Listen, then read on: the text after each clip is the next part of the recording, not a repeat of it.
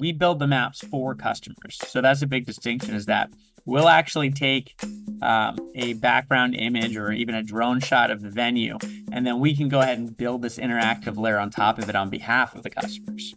Oh, how Now, cool. after we build it for them as a service, then they can come in and click and drag. It's almost as easy as Canva to edit their actual floor plan themselves, but we take on that first heavy lift for them and then give it to them to use and flesh out. Welcome to Business Ninjas, brought to you by WriteForMe, where you'll hear from business leaders who are out there growing their business and slaying it every day. Learn from the masters. Let's get started.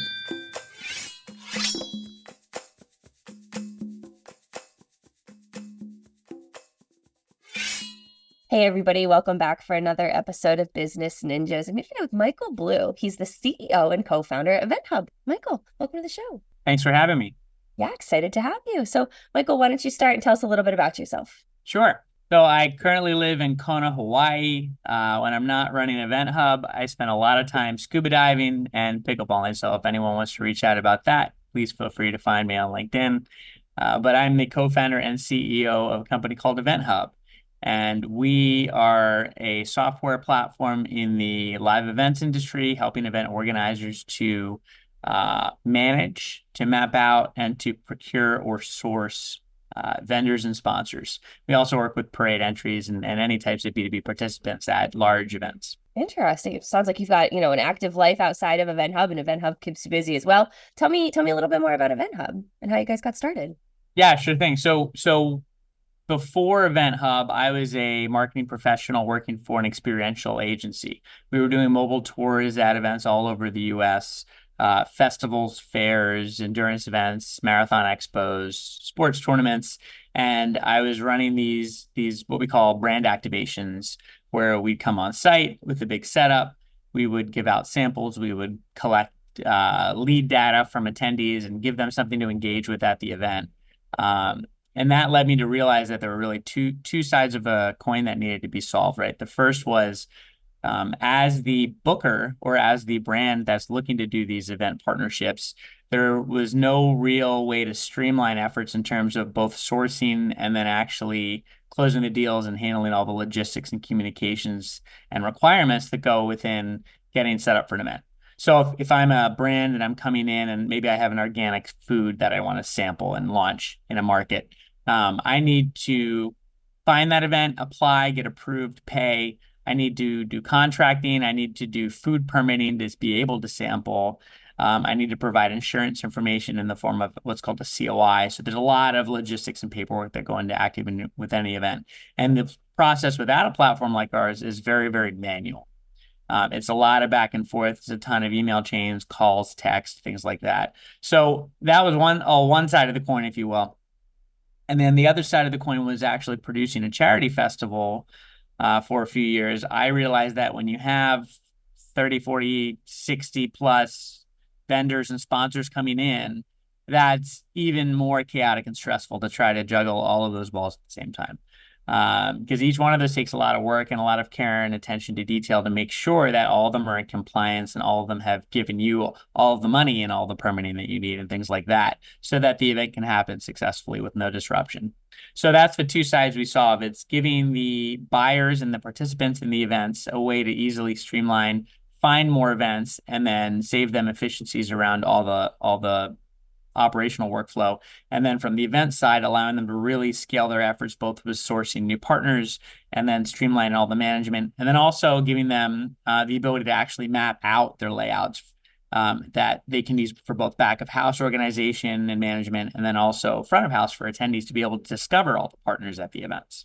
Interesting. That was going to be one of my next questions, is talking about like the platform itself and the technology and the features behind it. So you mentioned mapping. Are there other features that, separate EventHub from its competitors? There is. So our focus is largely on consumer events, meaning that I would say 90% or more of the events that use EventHub, while we are a great fit for B2B conferences, 90% or more of the events that use the platform are state and county fairs, music festivals, cultural fests, food and wine, what we call beverage festivals, food festivals, hot chocolate expos.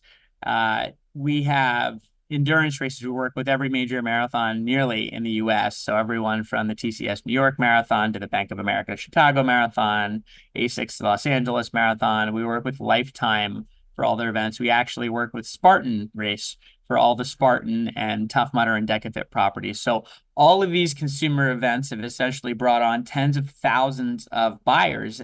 And a very unique component about EventHub is our marketplace. So think about it like Airbnb or Uber Eats or Expedia, if you will, for a brand or agency or regional business to come in and say, I want to find an event that I can be a partner for in this market or this type of event anywhere in the US, and being able to find that, vet that, and reach out and apply through the marketplace, just like you would book a hotel or a house rental. So that's essentially our marketplace piece that's really unique to us. And we actually drive tens of thousands of dollars in partnership revenue to clients of ours that are using the platform. So it sounds like, it's a really great, obviously the platform, but the marketplace also, it sounds like a good place to like advertise the sponsorships, but also get discovered. Exactly. Yeah. Because you can be found. We have over 70,000 registered buyers that are looking actively for events. And we're up over 800,000 Google search impressions a month from people finding our event partnership pages and then reaching out. So that's in addition to all the business that the events are using their registration pages to essentially normal course of business from their own lists and outreach. So, obviously coming from your marketing background, it makes sense the progression of the growth of EventHub. So talk to me about what that growth has looked like moving forward. Absolutely. So we started out pre-COVID and then took a few years where we pivoted and shifted to a virtual format for COVID, which, by the way, we still have that virtual expo product, but we've actually pivoted it into a virtual goodie bag, a digital goodie bag, if you will, for events. So a lot of our marathons use that as a digital goodie bag. A lot of our festivals use it as a kind of a VIP goodie bag digitally. And it's a great offering that's there. And we still have some people that actually still use it to produce successful virtual expos and virtual meetups on the platform. So that was our COVID pivot. But after COVID, we really focused back on growth, core product, and expanding our reach and relationship. So we're very excited about building our fair business. We've actually brought on a ton of new fairs at the state and county level over the last year. And then we've also broken open some brand new segments in terms of organizations we're starting to work with as well. So we're actually working with a large number of city park and rec agencies now, which means the city divisions who put on community events on behalf of the city. So these are going to be your street fairs, holiday fairs. Sometimes they're putting on music festivals. Sometimes these are on performing arts centers. So any of the city special events or community events or park and rec divisions, essentially, that's been a really great fit because they produce so many events and they have a large number of team members who have to coordinate on those events. And they have a lot of red tape because the cities have to be very buttoned up on all their regulations and compliance and paperwork. So the platform's been a great fit for that. It's been a really fun new market for us this year. It sounds like they're really the marketplace and the platform is dynamic and streamlined enough that really any event, any organization that is putting on, a large scale production can really utilize and benefit from utilizing EventHub.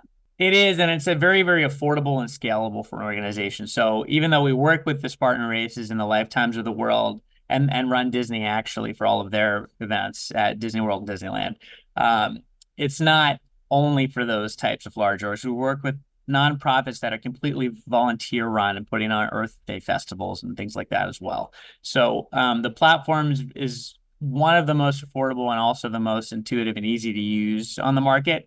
And then part of that as well is we build the maps for customers. So that's a big distinction, is that we'll actually take a background image or even a drone shot of the venue, and then we can go ahead and build this interactive layer on top of it on behalf of the customers.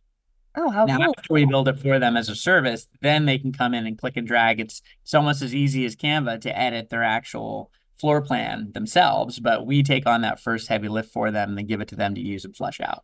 Wow. Talk about a lift that's taking off of them, because I can just see myself doing PowerPoint squares and trying to plan out an event space. So I imagine, that's a huge blessing for time saver as well. Definitely. Yeah. Do you think that's one of the ways that EventHub is really able to separate itself as well, in addition to kind of the other things that you said? People definitely love the mapping, and they love that attendees can actually find those maps, which because they can be embedded in apps, they can be embedded white label on their own website. So they really own that piece, and it's a great give back for their partners and their attendees. But the biggest differentiator for us is definitely, I would say, actually more twofold on the tool set for managing in terms of our ability to streamline required paperwork. For example, we have the ability to not only look at paperwork on a booth by booth level, but an event wide level. We have eSign natively, our own eSign app that's built in for people to be able to mobilely sign contracts even on an old iPhone. So it's very compatible with not so tech savvy, I would say, partners as well as more sophisticated sponsors. That tool set itself is a huge differentiator. The ability to batch communicate all the load and logistics using smart tags, essentially, that feed everyone their own loaded information, but the organizer's only sending one message that's going out to those 300 something partners in many cases. Huge differentiator. And then the marketplace really is like, hey, you're only paying a couple $1,000s in most cases for that one event for EventHub, but we've just made you $10,000 or $15,000 in new money you wouldn't have. Is a really special thing for these events, and it means a ton to their bottom line. Mhm. And I think there's an important differentiation because I'm thinking about it, the work that you're doing probably is providing guidance, but it's not consultative, that you provide resources to help educate kind of the event planners, if I'm understanding this right, without being consultative, more so technology, right? Yeah, that's right. So it's essentially set up as a SaaS platform, right? So people are software as a service for people who aren't tech geeks like myself. But you pay a license, you get access to the platform. If you want a map, you pay a license for the map. That includes the build out and support with that. And then you get all of that amplification that we give you on the marketplace as a service that's included with that, by the way. We also don't charge commission on sponsorship revenue. So you pay a flat license fee, and then you get all this benefit with it. We do very active onboarding, and we provide guidance, and we'll consult in the process of onboarding you to the platform, such as, hey, this event really knocked it out of the park. Check out their page and see what they're doing. Or if someone says, hey, how do I price my event? That's definitely a question you can ask your expert as they're onboarding, and we'll say, hey, in your market, the great thing is using our own marketplace. I can say, well, in your market, these 4 events priced their 10 by 10 booths or their sponsorship packages in this range. So these are great examples. Or, there's an event just like you that's all the way across the country, but similar size, similar type of city. This is their pricing to give you some guidance on that. So we can provide a ton of value add. That we're not a consultant per se, but we definitely give that expertise and help events to level up in the course of using the technology. I'm curious to pick your brain a little bit. I've got 2 kind of questions. One is, I imagine that these conferences and events looked a lot different before COVID as they do after. So are there any trends that you think are changing post-COVID that are changing the landscape for EventHub? I wouldn't say that. So I would say that the biggest change we've seen is the people who are putting on the events. There was a lot of turnover where people that weren't tech savvy just ended up retiring or being phased out or finding another industry during COVID. Whereas people that were able to adapt and do some type of digital or virtual version of their events were able to survive, or events that just went away totally in COVID came back with kind of a younger skewing event organizer demographic that was more tech savvy and tech friendly. So we've seen that play out in 2 ways. One is just events are much more aggressive at looking for technology to help them scale their efforts and efficiencies and to help them generate new top line revenue, which is one of our benefits with the marketplace. And then two is that they're incorporating different technologies for their events, like those virtual goodie bags. They're saving a tree more often than not.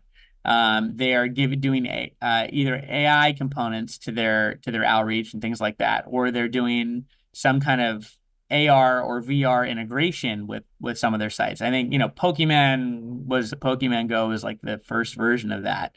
That's still a thing that is being deployed on some custom levels with some events. So you see more of that than you used to, but the biggest change by far has been just the end user that we're talking to and dealing with. Interesting. That's a really interesting point. Now that you're saying it, I'm thinking about it, I'm like, oh, that makes total sense. So, kind of on that sort of train, talking about common misconceptions. Do you tend to hear not necessarily about EventHub, but maybe the industry in general, the technology, the platform? Are there any common misconceptions that maybe your clients or customers have that you would, dispel? Well, I would say that our customers have a really good understanding of how the platform works and the capabilities that we do. The biggest misnomer that people think is they see our platform and they go, "Oh, I can't afford that." And in many cases, we're more affordable for their type of work if it's a nonprofit or a volunteer for something than they think. And then in many other cases, they take the plunge and say, "Well, it wasn't free, but I just made 5x on this huge sponsor that I got for the platform, so well worth the money." So I would say that people who think they can't afford event technology or event management tools, you're spending much more money in your time and effort and bandwidth, and also your focus and ability to focus on the most important aspects of your event. That instead you're chasing this incorrect permit, or you have a COI that needs to be fixed. Every time you spend 5 minutes fixing that is a call you could have made to a big sponsor, or a marketing initiative you could have made to promote your tickets or something like that. So you're definitely paying way more for it, not using technology to scale yourself, doing it the old way, and just manually with binders or with spreadsheets and things like that. Interesting. Well, Michael, I think this has been a terrific conversation. We've talked about the growth of EventHub kind of thus far over the past few years. Talk to me about, are there any plans that you can share for the future growth? Yeah, we are really excited about next year. We're right before the new year here in 2023, closing out. EventHub is really focused on being more selective about who we work with over the past year. So we've really focused in on those festivals and fairs and what we call mass participation sporting events, which is like your big cycling events, your big races and things like that. And then the park and recs that produce some combo of all of those events typically for the cities. So we're very excited about having been more selective and now being able to organically grow much more next year, really see our marketplace to where I want to see where we're crossing, and we're very close already, but crossing over 1 million Google search impressions and closing in on that 100,000 buyer users is a goal for us next year that we should be crossing in the first few months. So those are our growth, just organic growth, keep doing what we're doing, build the community in the marketplace. It'll provide more and more value for everyone. Fantastic. Well, Michael, like I said, I think this has been a terrific, insightful conversation. Is there anything that you want to leave our listeners with before we head out, whether it be advice, anything about, EventHub, the space, anything that you want to leave our listeners with? I would say, as an entrepreneur, be stubborn and embrace your stubbornness. And what I mean by that is, we hit the COVID wall and said, we're going to thrive and survive and figure out a way to be successful. We did that. I have been told many, many times it's not, what is this thing you're doing? It's not going to work. It's working very well. And it's just having confidence in your ideas and being stubborn with what you want, being stubborn with who you want to work with as well. So be stubborn in a good way, because there's always negative connotations, but be tough about what you're doing and believe in yourself and stay true to that, and you'll see success.